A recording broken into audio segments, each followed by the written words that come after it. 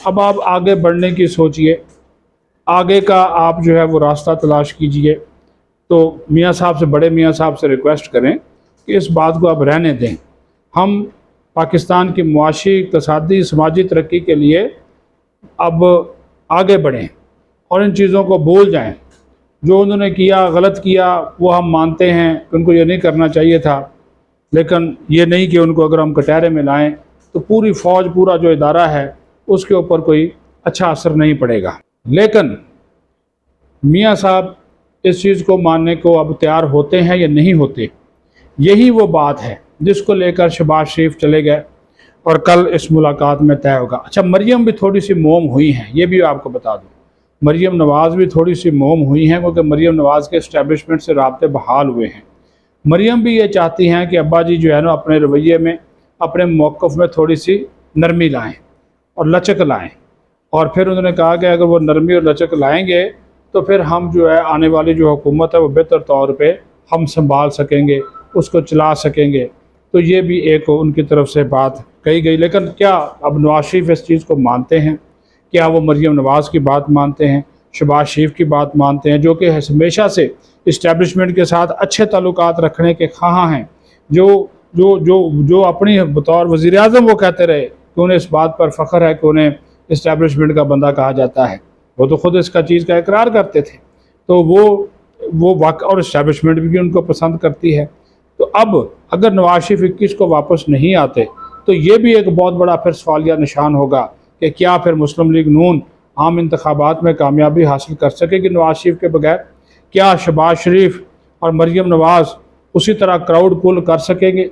جس طرح نواز شریف کرتا تھا، یا ایک ماحول بنایا جا رہا تھا؟ اور اگر نواز شریف وطن واپس آتا ہے تو کیا نیب کے کیسز بھگتنے کے لیے تیار ہوگا، اور نیب کے کیسز میں ان کو ریلیف جو ہے وہ مل سکے گا، اور وہ آتے ہی جیل نہیں جائے گا یا نہیں جائے گا؟ اس کے اوپر اب کل بڑی امپورٹنٹ میٹنگ ہو رہی ہے، اور نواز شریف اس میٹنگ کے بعد کچھ اہم اعلانات بھی کر سکتے ہیں۔ یہ چیزوں کو دیکھنے چاہیے۔ اور اب یہ ساری کی ساری جو چیزیں ہیں وہ چل رہی ہیں، بڑھ رہی ہیں، اور کیونکہ ہر طرف سے جو احتساب کا عمل ہے، ہر طرف سے، اس وجہ سے میں کہہ رہا ہوں کہ اب نیب نے جو کیسز کھول دیے سپریم کورٹ کے فیصلے کی روشنی میں، اب ان کیسز کو جلد از جلد منطقی انجام تک پہنچانے کے لیے ایک میکانزم جو ہے وہ تیار کیا گیا ہے، اور اس میکانزم میں اور ایسے کیسز کو منطقی انجام تک پہنچانے کے لیے بھی بڑے بنیادی نوعیت کے فیصلے کیے گئے کہ حساس اداروں سے انٹیلیجنس افسران لیے جائیں گے جو ان کیسز کی تحقیقات کریں گے، ڈیپوٹیشن پر ان کو نیب میں لایا جائے گا۔ پھر آج بڑی تعداد میں بوریاں بھر کے احتساب عدالتوں میں جو کیس اوپن ہو گئے ہیں وہ پیش کیے گئے ہیں، اور ایک ایک کر کے اب ہر کیس جو ہے وہ کھل رہا ہے۔ 81 کیسز صرف آج کرپشن کیسز جو ہیں صرف پنڈی اسلام آباد کی جو احتساب عدالت ہے وہاں پہ پیش کیے گئے ہیں۔ تو اس کا مطلب یہ ہے کہ احتساب کا کلہاڑا چلے گا،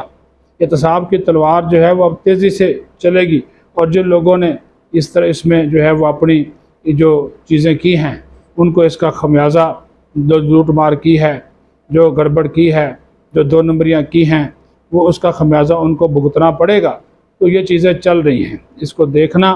اس پہ غور کرنا، ان سارے معاملات کو وہ بہت جو ہے وہ ضروری ہے۔ تو اسی وجہ سے آج کا یہ جو ویلاگ ہے بڑا اہم ہے۔ 2 چیزیں اس میں نے آپ کو بتا دیں، کل کا نواز شریف کا اور شہباز شریف کا جو اجلاس ہے وہ بڑا اہمیت کا حامل ہے، اور ساتھ ہی ساتھ پھر یہ جو کرپشن کے خلاف ایک کلہاڑا نیب کا تیز ہوا ہے، کیسز دوبارہ کھل گئے ہیں، اس سے ہر سیاستدان اب پریشان ہے، کیونکہ ہر ایک کو یہ جو جن کے کیسز ختم ہو گئے تھے اب وہ بحال ہو گئے ہیں، تو ان کی شامت جو ہے وہ آ سکتی ہے۔ اپنا خیال رکھیں۔ پاکستان زندہ باد۔